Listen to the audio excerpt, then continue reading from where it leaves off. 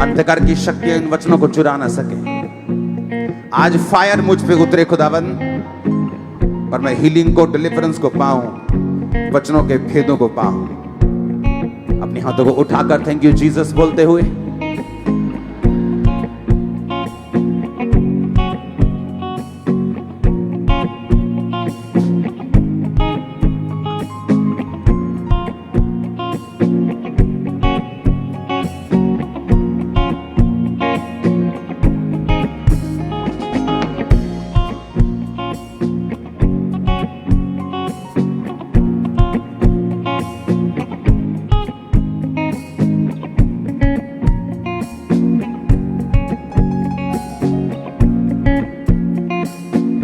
अपने हाथों को उठाकर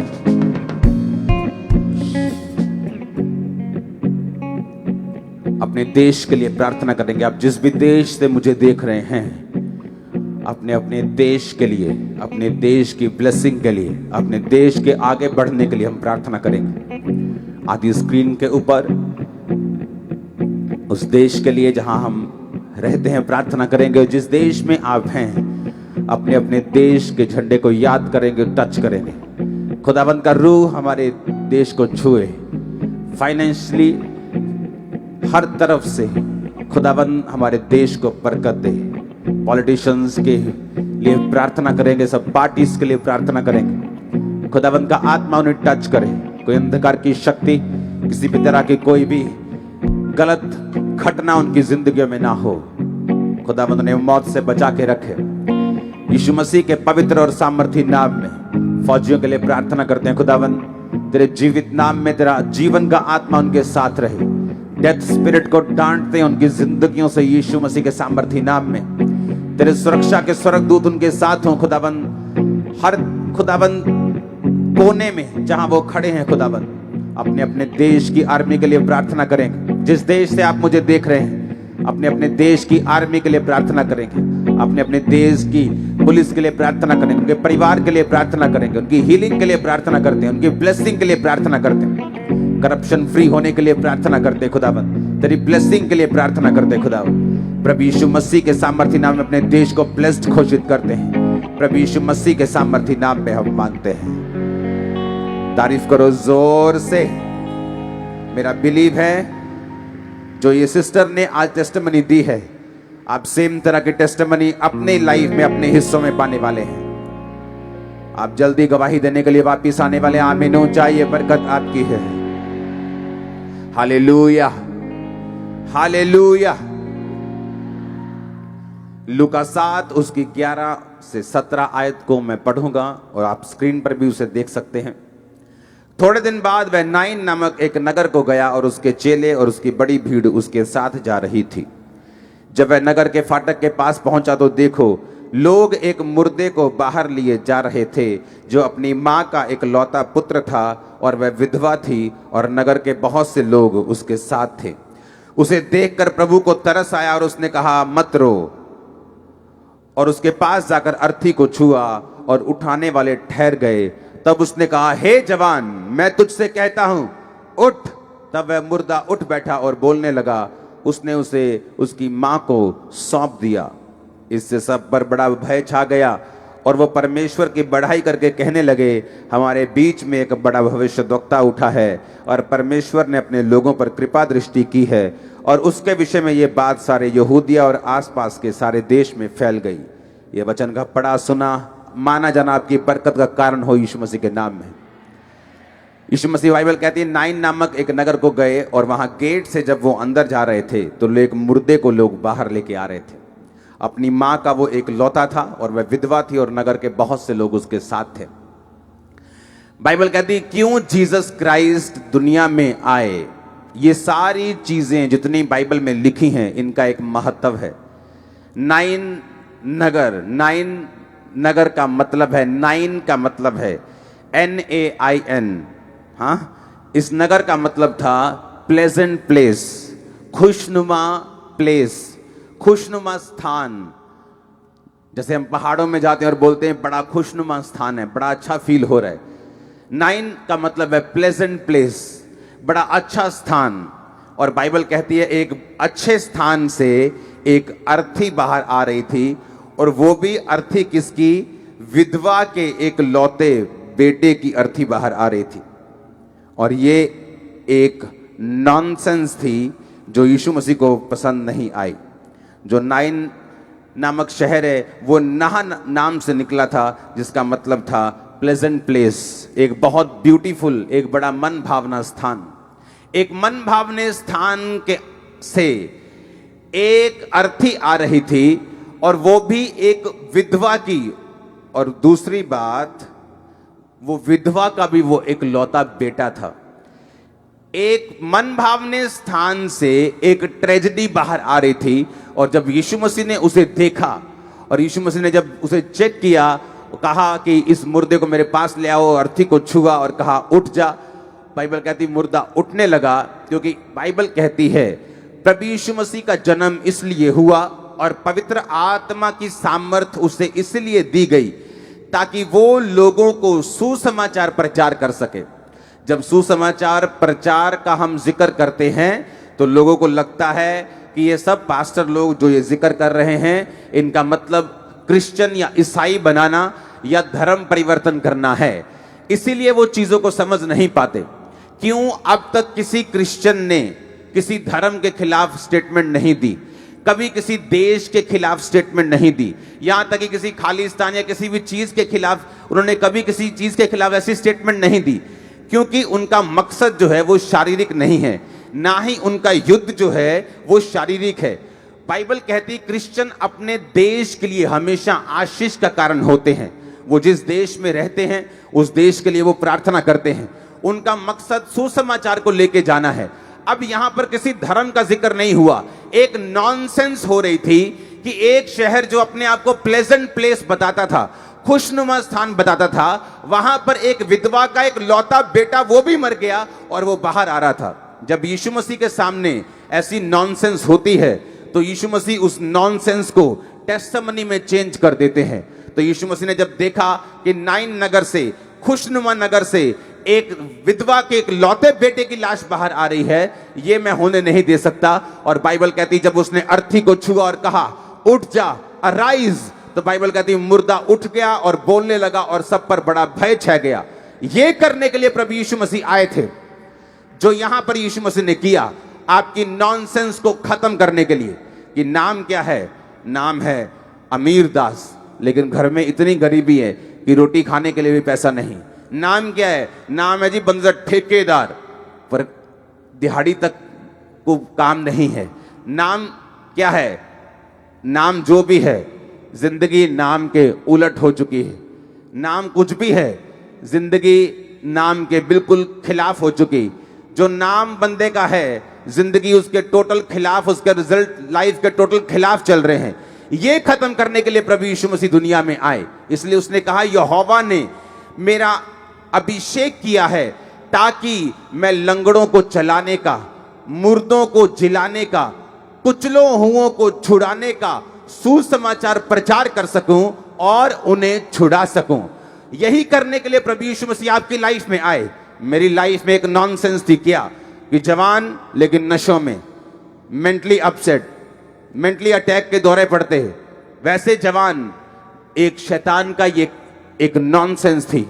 हाँ, वैसे शादीशुदा लेकिन उस बहन के बच्चे नहीं हो रहे, गर्भ में रसौलियां हैं, जबकि परमेश्वर कहता है इंसान को बी मल्टीप्लाई, बी फ्रूटफुल। जब परमेश्वर ने आदम और हवा को बनाया तो क्या बोला? फूलो, फलो और पृथ्वी भर में भर जाओ। ये खुदा की इच्छा है कि हम फूले और फले और पृथ्वी में भरें, लेकिन शैतान की इच्छा यह है कि वो मारे और घात करे और नष्ट करे आपके गर्भ को, आपके फल को, आपके फाइनेंस को। कि बंदा तो बहुत पढ़ा लिखा है जी, उसने जो बीएड की है जी, उसने पीएचडी की है, पर अभी भी जॉब के लिए ट्राई कर रहा है। ये एक नॉनसेंस है। और बाइबल कहती है दुनिया पे कोई भी जन आपकी नॉनसेंस खत्म नहीं कर सकता। मैं किसी धर्म की बात नहीं कर रहा हूं, लेकिन सिर्फ जीसस क्राइस्ट हैं, सिर्फ प्रभु यीशु मसीह जिसने आपकी नॉनसेंस के लिए क्रूस उठाया। और इसीलिए प्रभु यीशु मसीह कहते हैं जहां मैं आऊंगा वहां नॉनसेंस खत्म हो जाएगी। लोग खत्म कर सकते हैं टेम्परेरी, जब यीशु मसीह खत्म करेंगे तो पीढ़ियों तक करेंगे यीशु मसीह के नाम में। जो मैं आपकी लाइफ में होता हुआ देख रहा हूं, अगर आमीन ऊंचा तो ये बरकत आपकी है। Hallelujah, hallelujah, hallelujah. इसीलिए प्रभु यीशु मसीह आए। जब उन्होंने नॉनसेंस को होते हुए देखा कि ये क्या नॉनसेंस है कि एक प्लेजेंट प्लेस से, खुशनुमा जगह से, एक ऑलरेडी विधवा, बाइबल कहती है यीशु मसीह ने कहा मैं विधवाओं और अनाथों का पिता हूं, मैं विधवाओं और अनाथों की सुधि लेता हूं, मैं उनका केस लड़ता हूं। अगर तुमने बर्बाद होना हो अपनी लाइफ में तो विधवाओं और अनाथों को जाकर कलेश देना शुरू कर दो। तुम्हें किसी दुश्मन की जरूरत नहीं पड़ेगी, तुम अपने आप अपनी लाइफ में बर्बाद हो जाओगे, क्योंकि बाइबल कहती है यहोवा इनका केस लड़ता है, यहोवा इनका मुकदमा लड़ता है। वो विधवाओं के आंसुओं को देखता है और वो अनाथों का पिता बनके उनके साथ रहता है। जब यीशु मसीह ने देखा यहोवा के वचन को कि शैतान ने एक विधवा के एक लौते पुत्र को भी खत्म कर दिया, एक नॉनसेंस क्रिएट कर दी, एक चुरा लिया, घात कर दिया, नष्ट कर दिया, तो बाइबल कहती चोर चुराने के लिए आता है, घात करने के लिए आता है, नष्ट करने के लिए आता है। यीशु मसीह कहते हैं मैं जीवन देने के लिए आया हूं और बहुतायत का जीवन देने के लिए आया हूं। सिर्फ यीशु मसीह ने उस मुर्दे को जिंदा ही नहीं किया होगा, अगर उसके अंदर पाप भी होंगे, उसके अंदर नशा भी होगा, अगर व्यभिचार भी होगा, वो भी उसने खत्म किया होगा, विधवा की कमियों को भी खत्म किया होगा, जीवन तो दिया ही होगा, बहुतायत का जीवन दिया होगा। जब वो जी उठा होगा पाप के खत्म होने के कारण, अब वो फाइनेंशियली भी ब्लेस्ड होगा। जिस कारण उसकी मौत हुई, वो बीमारी हो या कुछ भी हो, वो भी उसकी जिंदगी से चली गई होगी। इसीलिए प्रभु यीशु मसीह ने कहा जब मैं आया मैं तुम्हें जीवन देने के लिए आया और बहुतायत का जीवन देने के लिए आया। कभी मत डरना सुसमाचार देने के लिए, अपने पड़ोसियों को, अपने गांवों को, अपने नगरों को कभी मत डरना, सुसमाचार देते रहना, क्योंकि तुम धर्म का नहीं जीसस क्राइस्ट का सुसमाचार दे रहे हो, जो नॉनसेंस को खत्म करने के लिए दुनिया में आया, और यह प्रचार होता रहेगा यीशु मसीह के सामर्थ्य नाम में। Hallelujah, hallelujah. ऐसा नहीं हो सकता कि यीशु मसीह नॉनसेंस को देखते रहें और कुछ ना करें और बोल दें कि नहीं तुमने कुछ ऐसे कर्म किए इसलिए तुम नॉनसेंस को सह रहे हो। बाइबल ऐसे कर्मों को नहीं मानती। बाइबल कहती है मांगो तो दिया जाएगा।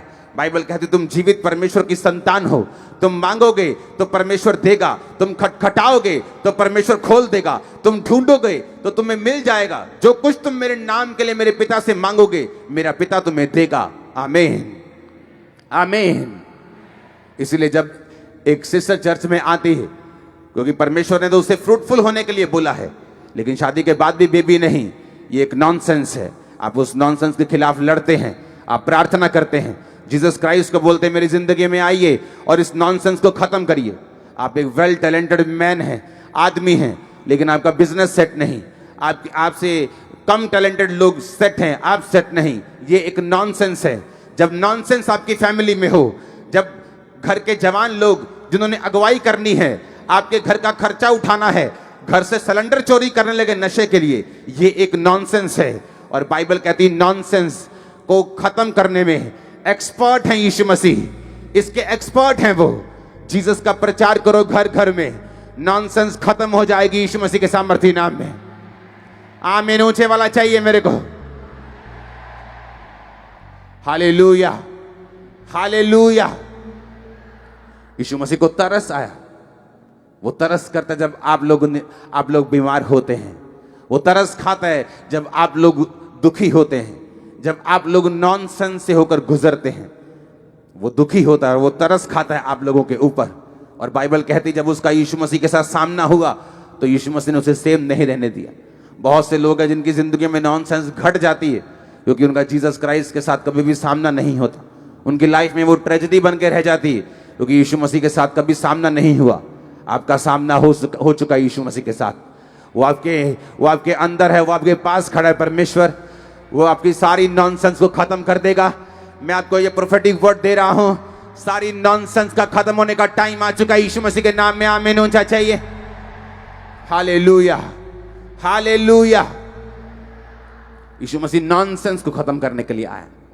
एक विधवा का इकलौता बेटा मर जाए और यीशु मसीह कहते ये क्या नॉनसेंस है। वो पहले ही विधवा है, उसका इकलौता बेटा है, वो भी मर गया, और वो भी प्लेजेंट नगर में, खुशनुमा नगर में, अच्छे स्थान में। इसलिए यीशु मसीह ने कहा, मैं इसलिए सुसमाचार देता हूं कि कुचले हुओं को छुड़ाऊं। आमीन। जब कोई चर्च में एंटर करता है, क्यों उसका विरोध होना शुरू होता है? क्योंकि शैतान नहीं चाहता आप छुड़ाए जाएं। वो नहीं चाहता आपकी जिंदगी में नॉनसेंस खत्म हो। वो ये चाहता है हम लड़ते रहें, झगड़ते रहें इन चक्रों में और अपनी नॉनसेंस को संभाल के रखें, क्योंकि शैतान को पसंद नहीं कि उसका काम जो है वो खत्म किया जाए। जब एक व्यक्ति चर्च में आता और यीशु मसीह को अपना उद्धारकर्ता ग्रहण करता है, उसका धर्म नहीं बदलता, बल्कि उसकी जिंदगियों से जो शैतानी आत्मा होता है, जो कर्स होते हैं, जो श्राप होते हैं, जो नॉनसेंस शैतान ने डाली होती है। और शैतान कौन? लूसीफर नाम का एक ऐसा स्वर्गदूत जिसको परमेश्वर ने ही बनाया और जो गिर गया ये बोलकर कि मैं परमेश्वर से भी ऊंचा सिंहासन बनाऊंगा, परमेश्वर से भी ऊंची पदवी को ग्रहण करूंगा और परमेश्वर के समान राज करूंगा। इसलिए बाइबल कहती है वो गिराया गया और उसके साथ जो दूत उसके साथ सहमत थे वो भी गिराए गए, जो आज धरती के ऊपर काम करते हैं परमेश्वर की योजनाओं के विरुद्ध। आपको परमेश्वर से दूर लेके जाना चाहते हैं नशों से, लोगों को बीमारियां देने वाला वही है, संकट देने वाला वही है, मेंटली अपसेट करने वाला वही है, क्योंकि वो सब चीजें आदम के गिरने से धरती के ऊपर आई कि शैतान ने और मृत्यु ने राज किया। और इसलिए बाइबल कहती प्रभु यीशु मसीह का जन्म हुआ कि वो मारा जाए, गाड़ा जाए और खुद तीसरे दिन मुर्दों में से जी उठे और शैतान के सारे काम आपकी जिंदगियों से खत्म हो। आज मैं आपकी लाइफ के ऊपर प्रोफेटिक वर्ड रिलीज करता हूं, आपके फाइनेंस के ऊपर जितनी नॉनसेंस से फिनिश हो जाए, बच्चों के ऊपर जितनी नॉनसेंस से फिनिश हो जाए, सेहत के ऊपर जितनी नॉनसेंस से फिनिश हो जाए। आमीन। ऊंचा खड़कने वाला चाहिए आमीन। हालेलुया। आप बिलीव करते हैं यीशु मसीह आपकी नॉनसेंस खत्म करेंगे? आप विश्वास करते हैं क्या? आपको उसके पीछे चलना होगा। आमीन।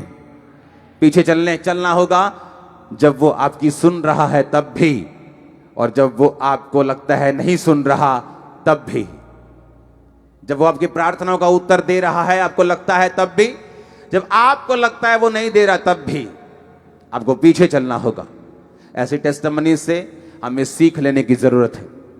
कि एक सिस्टर जो चर्च में आती है इसे टेस्टिमनी सुन के, पहले क्रिश्चियन नहीं है, किसी ने चर्च के बारे में बताया, आना शुरू हुए चर्च में। मैं आपको मालूम है मिल नहीं होता, जिस तरीके का काम परमेश्वर ने, जिस तरीके का विजन मुझे दिया है, चर्च आते रहे, क्योंकि आपके मेंटर स्पिरिचुअल फादर को मिलना जरूरी नहीं, उसको सुनना बहुत जरूरी है। आपका परमेश्वर के घर में लगे होना बहुत जरूरी है। ऑनलाइन आप लग के परमेश्वर के घर में नहीं लग सकते। ऑनलाइन उन लोगों के लिए जो कहीं बर्फ के स्थान में बैठे हैं, जहां 6-6 फुट बर्फ पड़ी, जहां 200-200 किलोमीटर कोई चर्च नहीं है, उन लोगों के लिए ऑनलाइन चर्च है। हालेलुया। और जब आपको ये बात मालूम होती है कि जीसस क्राइस्ट मेरे नॉनसेंस को फिनिश करने के लिए आए हैं, जब वो सिस्टर चर्च में एंटर करती है, सुनती है लगातार 1 साल, 2 साल, 3 साल, और जब आप विश्वास कर लेते कि कोई व्यक्ति 3-4 साल चर्च नहीं आ सकता अगर वो सिर्फ हीलिंग के लिए आ रहा है, अगर वो सिर्फ चंगाई के लिए आ रहा है, वो 1-2 हफ्ते, 3 हफ्ते, 7 हफ्ते आएगा, उसके बाद बोलेगा कि हाँ हो गई है, या अगर नहीं हुई तो मैं जा रहा हूं। लेकिन अगर एक व्यक्ति लगातार चर्च में आ रहा है, उसको ये बात मालूम हो चुकी है कि यीशु मसीह मेरा उद्धार करता, मेरा परमेश्वर है, मैंने स्वर्ग जाना है, मैंने स्वर्ग की सीट को पक्का करना है, मैंने शैतान के काम को नहीं करना, अब मैं परमेश्वर में चलूंगा, मैं उस व्यभिचार में, उस शैतान के उस नशे में, मैं उस गलत कामों में मैं नहीं घुसूंगा। तो बाइबल कहती है जब आप उद्धार पा लेते हैं तो यीशु मसीह आपकी लाइफ की नॉनसेंस को फिनिश करना शुरू करते हैं। डे बाय डे आप अपनी जिंदगी में एक उद्धार को, बाइबल कहती है भजन संहिता 91 उसकी लास्ट आयत में कि वो तुझे दीर्घ आयु से तृप्त करेगा और अपने किए हुए उद्धार को दिखाएगा। वहां लिखा है हिंदी में उद्धार का दर्शन, लेकिन इंग्लिश में लिखा he will show you his salvation, कि वो तुम्हें अपना उद्धार दिखाएगा।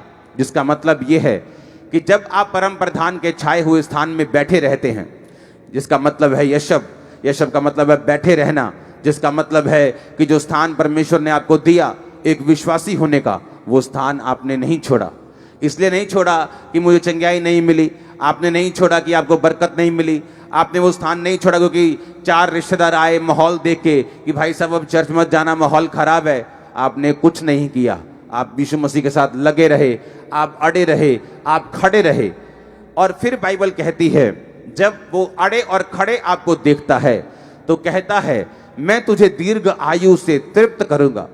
सिर्फ दीर्घ आयु नहीं दूंगा, मैंने लोगों को देखा है 90 साल की उम्र में भी बुजुर्गों को गालियां निकालते हुए, हर टाइम कलपते हुए, हर टाइम गालियां, हर टाइम कलपते हुए, हर टाइम झिकझिक झिकझिक गाली गलोच, चिढ़ना, कल्पना, क्योंकि वो परमेश्वर की ओर से नहीं है। परमेश्वर कहता है मैं तुम्हें दीर्घ आयु से तृप्त करूंगा। जब परमेश्वर आपको दीर्घ आयु देगा वो तृप्ति से भरी हुई होगी, संतुष्टि से भरी हुई होगी, आशीष से भरी हुई होगी। और कहता है आई will show you my salvation, कि मैं तुम्हें अपना उद्धार दिखाऊंगा। मैं तेरे उद्धार का मतलब मैंने आपको बताया था, उद्धार का मतलब सिर्फ आत्मिक मुक्ति नहीं है। अगर सिर्फ आत्मिक मुक्ति देना परमेश्वर का काम होता तो बाइबल के अनुसार फिर वो आता और सिर्फ अपना लहू बहाकर चला जाता और उसके लहू से हम मुक्ति को पाते। लेकिन उसके सिर के कांटों का ताज इसलिए डाला गया कि हम डिप्रेशन से फ्री हों, उसको कोड़े इसलिए पड़े, बाइबल कहती है उसके मार खाने से, ताकि हम चंगे हो सके। बाइबल कहती है जो भी घटनाएं प्रभु यीशु मसीह के साथ हुई वो सारी हमारी चंगाई और हमारी बरकत के लिए थी। इसलिए बाइबल कहती है उस हमारे अपराधों के कारण वो घायल किया गया, इसलिए उसके मार खाने से तुम लोग चंगे हो जाओ। इसीलिए परमेश्वर ने सिर्फ पापों की मुक्ति के लिए नहीं बल्कि हमारे शरीर, हमारे जीवन के हर एक हिस्से की चंगाई के लिए भी अपना बलिदान दिया। और बाइबल कहती है जीसस ने कहा I will show you my salvation, जब तू मेरे साथ वफादार होगा मैं तुझे अपनी मुक्ति दिखाऊंगा। जैसे कोई बंदा बोलता है ना उनमें तेनू वखाना मैं की कर सकता, धमकी देता है ना, मैं तुझे दिखाता हूं अब। उसी तरह जीसस क्राइस्ट कहते हैं आई विल शो यू, मैं तुम्हें अब दिखाऊंगा माई साल्वेशन। साल्वेशन सिर्फ आत्मिक मुक्ति नहीं, शारीरिक चंगाई, फाइनेंशियल चंगाई, बच्चों की चंगाई, डाइवोर्स से मुक्ति, एक्सीडेंट से मुक्ति, श्रापों से मुक्ति, हर तरह के उस शैतान के चक्कर से, उस जादू से, उस टोने से, उस डर से, उस डिप्रेशन से मुक्ति। आज जब आप इस वचन को सुन रहे हैं, डिप्रेशन का आत्मा आपको फॉरेन की ब्रांचेस में, अदर ब्रांचेस में डिप्रेशन की स्पिरिट आपको सदा के लिए छोड़ के जा रही है, आप सदा के लिए फ्री हो रहे हैं आज, अभी राइट ना हो। आमीन ऊंचे वाला चाहिए, आमीन ऊंचे वाला चाहिए चर्च। आज जब आप इस वचन को सुन रहे हैं, मैं आत्मा में देख रहा हूं यंग लोगों को, यंग लड़कियों को भी इस डिप्रेशन की आत्मा से आजाद होते हुए, क्योंकि आज से आपका उद्धार करता प्रभु यीशु मसीह होंगे, आप उसके साथ समय को बिताएंगे और आप इस दुष्ट आत्मा से मुक्त हैं। आमीन बोलिए और रिसीव करिए और फ्री हो जाइए। Hallelujah. I will show you my salvation. ये परमेश्वर की, जैसे कोई धमकी देता तो ये परमेश्वर की एक कहते हैं ना, एक चैलेंज है तुमको कि जब तू मेरे छाए हुए स्थान में बैठा रहेगा, तब भी जब बारिश हो, जब मौसम खराब हो, जब माहौल सही हो, जब माहौल खराब हो, जब कोरोना हो, जब कोरोना ना हो, विरोध हो, जब विरोध ना हो। Hallelujah, hallelujah. ऐसे बहुत सारे देश हैं जहां जिसकी एग्जाम्पल हम ले सकते हैं। बहुत सारे ऐसे देश, अगर आप चाइना में जाएं तो वहां पे क्रिश्चियनिटी तक बहुत विरोध हुआ, आज भी वहां पे विरोध होता है और लोग सुबह 5 बजे गुफाओं में इकट्ठे होते हैं, 3 बजे 4 बजे मीटिंग करने के लिए।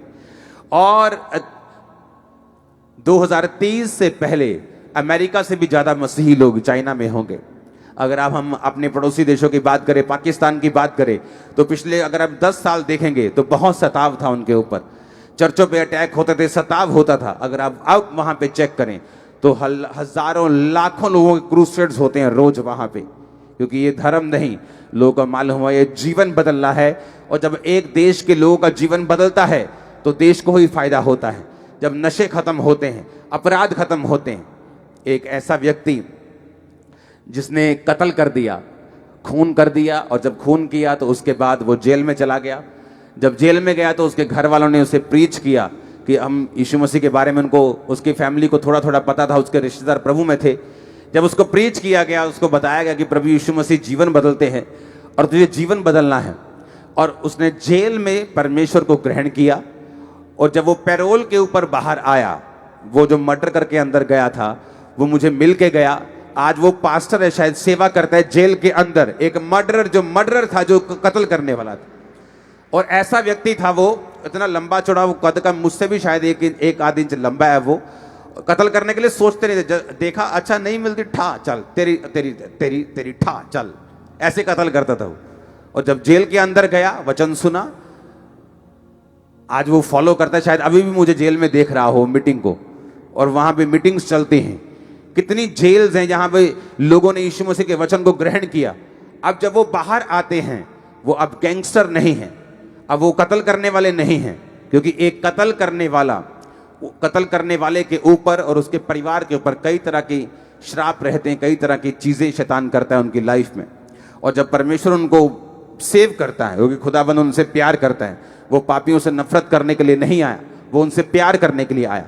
और जब वो व्यक्ति मुझे मिल के गया और उसने मुझे बताया कि किस तरह जेल में मैंने वचन को सुना और मैंने ऑनलाइन फॉलो किया चर्च को, और आज परमेश्वर ने मुझे छुटकारा दिया, आज मैं सुधर चुका हूं, और कभी कभी वो जो जेल से बाहर आता है मुझे मिल के जाता है। इस तरह से परमेश्वर जेलों में भी काम कर रहा है, क्योंकि वो नॉनसेंस खत्म करने के लिए आया। जवानों का ये काम नहीं है, हमारा काम मारना नहीं, बचाना है। कोई खुदा ने आपको बचाने के लिए पैदा किया है। आप प्रॉब्लम सॉल्वर हैं, प्रॉब्लम क्रिएटर नहीं। आमीन।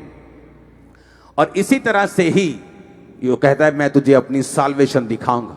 तेरे पति की जिंदगी में मैं साल्वेशन दिखाऊंगा, तेरे फाइनेंस में मैं मुक्ति को दिखाऊंगा, तेरे घर में मैं मुक्ति को दिखाऊंगा, तेरे शरीर में मैं मुक्ति को दिखाऊंगा। वो दिखाने वाला आपकी लाइफ में, अगर आमीन ऊंचा चर्च, हालेलुया हालेलुया। आप मेरी बात को सुन रहे हैं कि नहीं, समझ रहे हैं कि नहीं? क्यों प्रभु यीशु मसीह आए? ताकि वो नॉनसेंस खत्म कर सके। आमीन। एक व्यक्ति का नशे में जाना एक नॉनसेंस है। जिस टाइम उसको फैमिली को सपोर्ट करना है, फैमिली के सिलेंडर और फैमिली के बर्तनों को वो बेच रहा है और फैमिली से डिमांड कर रहा है, अपने क्रेडिट कार्ड से पैसे खर्च के नशा कर रहा है, ये एक नॉनसेंस है। और इसी नॉनसेंस को शैतान आपकी लाइफ में देता है, और प्रभु यीशु मसीह इसी नॉनसेंस को खत्म करने के लिए आए। आमीन आमीन। और जब हम यीशु मसीह को फॉलो करते हैं, वो जोश जोश में हमारे नशों को नहीं छुड़वाता, वो उसकी तोड़ को खत्म करता है, वो हमारे विवेक को शुद्ध करता है। आमीन। अगर उसने हमें नशों से छुड़ाया, वो हमें पेशेंस भी देता है, अपने जैसा स्वभाव भी देता है। हालेलुया। उसने कहा, मैं तुम्हें अपनी साल्वेशन दिखाऊंगा। साल्वेशन मतलब तुम्हारे घर में भी वो आएगी, तुम्हारे जॉब में वो होगी, तुम फेवर को देखोगे, सब तरफ परमेश्वर तुम्हें अपने उद्धार को दिखाएगा, जब तुम परमेश्वर में अड़े और खड़े रहोगे, जब तुम परमेश्वर के साथ वफादार रहोगे तो। हालेलुया। इसलिए यीशु मसीह ने कहा, अपने अपने उद्धार के विषय में कार्य करते रहो, अपने अपने उद्धार के लिए कार्य करते रहो। आप बोलोगे, मेरा उद्धार हो चुका, मैंने बपतिस्मा ले लिया, मैंने तौबा कर ली है, अब मैं उद्धार के बारे में क्या काम करूं? जीसस क्राइस्ट कहते, एक बार बपतिस्मा ले लिया और तौबा कर ली, अब उस जो उद्धार तुमने पाया है, उस उद्धार में भी काम करते रहना है, उस पवित्रताई को मेंटेन रखना है, उस प्रार्थना को मेंटेन रखना है, उन रोजों को मेंटेन रखना है, उस उद्धार के कार्य को करते रहना है, लोगों को प्रीच करना है, लोगों को परमेश्वर के बारे में बताना है, नशों से छुड़ाना है, बीमारियों से आजाद करना है। जब तुम दूसरों की जिंदगी में काम करते हो, मैंने लोगों को देखा है, इज़राइल जो कौम थी मूसा के टाइम के ऊपर, जब मूसा उन्हें छुड़ाने के लिए गया और मूसा ने एक मिस्री को मार दिया, ये सोचकर कि इज़राइली लोग मेरा आदर करेंगे कि मैं इब्री हूं, और मैंने देखो मिस्री को मार दिया। और आप जानते हैं, जब अगले दिन दो इब्री लड़ रहे थे, तो मूसा जाके बोलता है कि आपस में क्यों लड़ रहे हो? वो कहते, तुझे हम पर किसने न्याय नियुक्त किया है? इज़राइल कौम की एक आदत थी अपने सेवियर के साथ लड़ने की। और ये आदत आज भी मौजूद है। ध्यान से मेरी बात को सुनना। इजरायली कौम के अंदर एक आदत थी, अपने सेवियर के साथ वो लड़ पड़ते थे। पहले मूसा के साथ वो लड़े और मूसा को जाना पड़ा, और फिर 40 साल बाद आना पड़ा, और फिर लड़ने लगे, अब तेरी बात नहीं सुनेंगे। फिर वो यीशु मसीह के साथ लड़े। आज वो अनॉइंटेड लोगों के साथ लड़ते हैं, और जो उनके सेवियर होते हैं उन्हीं को बोलते हैं नहीं, हमें इसकी अगुवाई नहीं चाहिए। मैं ऐसे लोगों को पूरी दुनिया से बुला रहा था जो आकर लोगों की अलग अलग दिशा में अगुवाई करें। बोलते नहीं, पास्ट में इसने ये गुनाह किया था। जीसस क्राइस्ट उस गुनाह को चाहे याद भी ना हो उसको, और परमेश्वर ने उस बंदे को ब्लेस किया हो, लेकिन कौम कहती है कि उस बंदे ने पास्ट में फलाना गुनाह किया था। इजरायली कौम की ये मूर्खता पहले भी थी और आज भी कहीं कहीं वो कर लेते हैं, और मोस्टली वो उन लोगों के साथ फाइट करते हैं जो उनके सेवियर होते हैं। इसीलिए जो ये सेवकाई में मैं कर पाया, सब नहीं कर पाए, क्योंकि जो मैं देख सकता हूं वो आप लोग नहीं देख पाए। हर बंदा एलन मस्क नहीं बना, हर बंदा बिल गेट नहीं है। क्यों? जो वो देख पाए वो आप नहीं देख पाए। फेसबुक ने देखा, कोई सोशल साइट नहीं है, कोई सोशल मीडिया नहीं है जहां पर लोग अपनी सोशल चीजों को, अपनी फोटोज को, अपने बर्थडेज को डालकर सेलिब्रेट कर सके, लोग देख सके। उसने लोगों की जरूरत को देखा और फेसबुक बनाई। आज वो दुनिया के 10वें टॉप 10 अमीरों में एक अमीर है, क्योंकि वो देख सका वो तुम लोग नहीं देख सके। हर बंदे को सेम पाउंड का, सेम ही वजन का दिमाग परमेश्वर ने दिया है, सेम हार्ट दिया है, सेम किडनी दी है। ये नहीं कि जो फेसबुक का मालिक है उसका दिमाग थोड़ा बड़ा है और हमारा थोड़ा, हाँ, ऐसा नहीं है। लेकिन जो वो देख सका वो तुम नहीं देख सके। जब एक व्यक्ति आपकी अगुवाई करता है और वो अपनी सब दिशाओं में कामयाब है, क्योंकि वो देख सका जो तुम लोग नहीं देख सके, तुम नहीं कर सके। इसीलिए अब जब वो डिसीजन, अगर मैं कोई डिसीजन ले रहा हूं, क्योंकि मैं जो अब देख पा रहा हूं वो तुम लोग अभी भी नहीं देख पा रहे हो, पर फ्यूचर में तुम लोग समझोगे कि मैंने जो देखा था वो सही देखा था।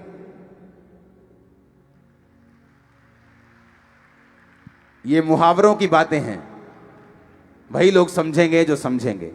हालेलुया। और मैंने देखा है जो सेवियर होते हैं उन्हीं से कौम लड़ती है, क्योंकि शैतान सेवियर लोगों से, बचाने वाले लोगों से, अगुए लोगों से, जो रियल में अगुए होते हैं, उनसे वो नफरत करते हैं। हालेलुया। आज मैं वो कर पा रहा हूं जो तुम नहीं कर सके, क्योंकि मैं वो देख पाया जो तुम नहीं देख पाए। बात देखने की है, बात समझने की है कि परमेश्वर क्या चाहता है और आगे क्या है। और मैं आगे देख पा रहा हूं, इसलिए मैं उन चीजों को कर रहा हूं। और तुम लोग पहले भी कुछ नहीं कर पाए थे, क्योंकि तुम वो देख नहीं पाए थे। इसलिए आज तुमको उन लोगों को देखना चाहिए और सुनना चाहिए और फॉलो करना चाहिए जो देख सकते हैं, जिन्होंने अपनी सेवकाइयों से प्रूफ किया है कि वो देखने वाले लोग हैं, अंधे नहीं। हालेलुया। और मसीह कौम पहले मूसा से लड़ी, जीसस से लड़ी, नबियों से लड़ी, कभी प्रेरितों से लड़ी, आज भी लड़ती है और लड़ती रहेगी, क्योंकि सेवियर्स के साथ लड़ने की इनकी पुरानी आदत है। हालेलुया।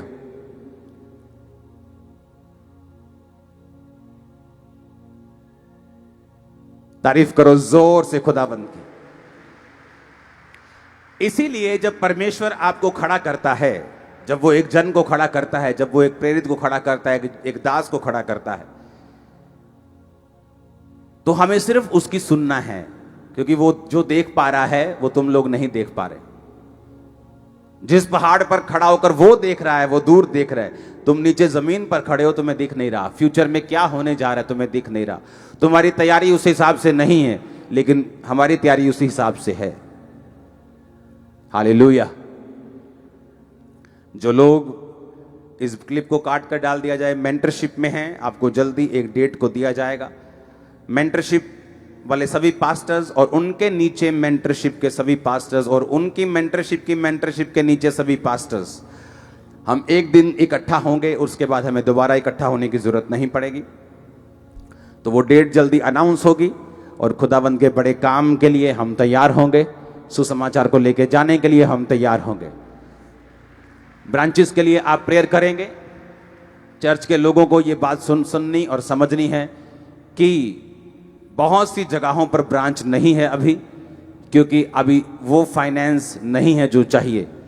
आप अगर जहां से भी सुन रहे हैं, आप यहाँ हैं, बाहर हैं, आपको ये दिमाग में रखना है कि आपको अगले 3 महीने बड़े बीजों को तैयार रखना है, क्योंकि एक बाइबल यात्रा को निकालने का मेरा एक मन बन चुका है, जो हमारी ब्रांच से दूसरी ब्रांच, तीसरी ब्रांच, चौथी ब्रांच, 5वीं ब्रांच, जिसे आप बोल सकते हो एक पंजाब लेवल की शोभा यात्रा जो हम पूरे पंजाब में घूमेंगे। इस बार शोभा यात्रा जलंधर में होगी, सभी ब्रांचेस भी यहीं पे आएंगी।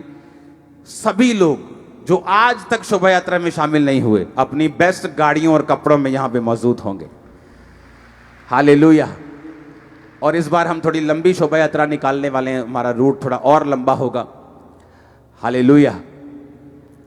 और अगले कुछ महीनों में सब ब्रांचेस, सब डिस्ट्रिक्ट में कंप्लीट करके फिर एक बाइबल यात्रा की तैयारी शुरू होगी, जिसके लिए आप अभी प्रार्थना करना शुरू करेंगे, जहां पर यीशु मसीह के बारे में बताया जाएगा कि भाई साहब, यीशु मसीह जीवन बदलते हैं, धर्म नहीं बदलते। ये लो, उठाओ पोस्टर, पंफलेट, पढ़ो इसे, चेक करो इसे। हालेलुया। तो उसके लिए मेंटरशिप मीटिंग में भी बात की जाएगी और उसके लिए तैयारी की जाएगी। तो आपको तैयार रहना अगले 3 महीने प्रार्थनाओं में, बीजों में, जो कभी नहीं हमने किया, जैसा बीज कभी नहीं बोया है, एक सैक्रिफिशियल बीजों को तैयार रखना है। अगले 3 महीने में एक और बहुत बड़ी गुड न्यूज मैं आपको दूंगा, जबरदस्त गुड न्यूज दूंगा। मिनिस्ट्री की सबसे बड़ी गुड न्यूज इसमें एक गुड न्यूज दूंगा। हालेलुया। उसके लिए बहुत तैयारी चल रही है। खुदाबंद की ग्रेस हमारे ऊपर है, ये हम सब जानते हैं। आमीन। मैं भी जानता हूं, ये आप भी जानते हैं। तो ये तैयार रहना है आपने बाइबल यात्रा के लिए। हम जलंधर में तो शोभा यात्रा निकालते रहे, अब एक ब्रांच से दूसरी ब्रांच, पूरी रोड 40 किलोमीटर, 50 किलोमीटर, फिर तीसरी, फिर चौथी, फिर 5वीं, फिर 6वीं, और ये बाइबल यात्रा इस तरह से कंप्लीट होगी। आमीन। आपको हर चीज को प्रार्थना में रखना है, हर चीज को।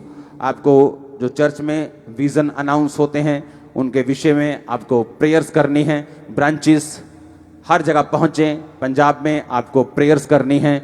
खुदावंद के नाम में सुसमाचार को लेके जाना है, अपने लोगों को यीशु मसीह के बारे में बताना है, इसके बारे में नहीं भूलना। जब नॉनसेंस फिनिश होगी, आप यूज होंगे, खुदावंद आपको भी ब्लेस करेंगे।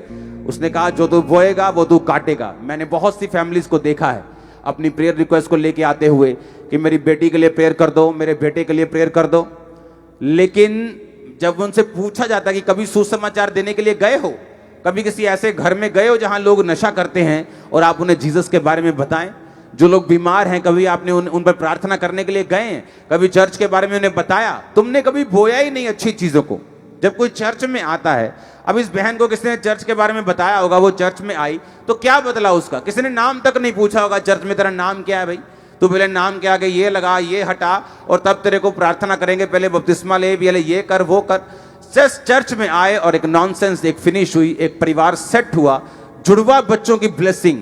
ये छोटी टेस्टिमनी नहीं है, आपको घर जाके भी ये टेस्टिमनी दिमाग में रखनी होगी। हालेलुया। जब आप लोग दूसरे की जिंदगी की आशीष का कारण बनते हैं, दूसरे की बरकत का कारण बनते हैं, आप लोग दूसरे की लाइफ में जब आशीष को लेके आते हैं तो परमेश्वर आपकी लाइफ में ब्लेसिंग देता है। जो हमने बोया नहीं, हमने कभी काटा नहीं। हम जितना मर्जी लोगों को बोली जाए, मैं आपको बोने के लिए जितना मर्जी बोली जाऊं, लेकिन अगर मैं अपनी पर्सनल लाइफ में नहीं बोऊंगा तो मेरी लाइफ में बरकत नहीं आएगी। मैं बोने वाला व्यक्ति हूं, इसलिए मुझे बोने वाली कलीसिया मिली है। मैं बोता हूं, मुझे पता है खुदावन जैसा कहते हैं ना, जैसे बाप वैसा बेटा, तो जैसा पास्टर वैसी कलीसिया। अगर पास्टर स्टिंजी है, अगर वो बिल्कुल कंजूस है, तो उसकी कलीसिया भी वैसी होती है। जो पास्टर करता है वही कलीसिया करती है। इसीलिए आप और मैं इतना काम कर पाए क्योंकि मैंने दिल को खोला खुदा के लिए और आपने भी खोला, और मेरा बिलीव है अगले 3 महीने हम इस काम को फुल स्पीड के साथ, एक रॉकेट की स्पीड के साथ जारी रखेंगे और बड़ी गुड न्यूज को आप हासिल करेंगे, पर्सनली भी, चर्च के तौर पे भी, अपनी स्पिरिचुअल लाइफ में भी। आमीन। ऊंचा ये बरकत आपकी है। हाथों को उठाकर प्रार्थना करो ऊंची आवाज में। खुदाबंद ये वचन मेरी जिंदगी में 100 गुना फलों को लेके आए, अंधकार की शक्तियां चुनने न पाए। ये वचन मैं इसे मानूं और फलों को लेके आऊं। मांगो ऊंची आवाज में, अपने हाथों को उठा के सब जन खड़े होके सॉन्ग को चेंज करो। तेरा जरा सा ही छूना खुदा, उठाओ हाथों को। काफी है। जो दर्शन आपके साथ शेयर किए जाते हैं उसके विषय में आपको प्रार्थना उपवास करना बहुत ही जरूरी है। सुनो मेरी बात, आपको प्रेयर और उपवास करना जरूरी है, जो विजन में आपके साथ शेयर करता हूं। हालेलुया। मैं भी जब अपने अगुओं के लिए प्रेयर में, जब मेरे अगर आप बाइबल के पीछे देखेंगे तो मेरी पर्सनल प्रेयर में भी मैं अपने अगुओं के लिए प्रार्थना मेरे लिखी हुई, पर्सनल प्रेयर में भी। लेकिन मैंने कभी उनको मैसेज करके नहीं बताया कि I am praying for you. ये एक नॉनसेंस है अपने स्पिरिचुअल फादर को बताना कि I am praying for you. हर बंदा अपने स्पिरिचुअल फादर के लिए प्रार्थना करता है कि नहीं करता? लेकिन मैंने जब अपने स्पिरिचुअल फादर को मैसेज भेजता हूं, मैं यही भेजता हूं, प्लीज प्रे फॉर मी। मेरे लिए प्रेयर करो, ना कि मैं तुम्हारे लिए प्रार्थना कर रहा हूं। स्पिरिचुअल नॉनसेंस जब क्रिएट होती है, जब स्पिरिचुअल नॉनसेंस करते हैं लोग, तो वो बहुत सी चीजों में पीछे रहते हैं और बंधनों में रहते हैं। तो प्रेयर करना है अपने अगुए के लिए, लेकिन समझदारी के साथ। अपने हाथों को उठाओ, थैंक यू जीसस। हिलाकर अपने हाथों को, थैंक यू जीसस। एक अंगीकार करो, खुदावन मैं तेरे बड़े कामों को देखने के लिए तैयार हूं। अंगीकार करो जोर से। ओ तेरा जरा सा ही छूना खुदा,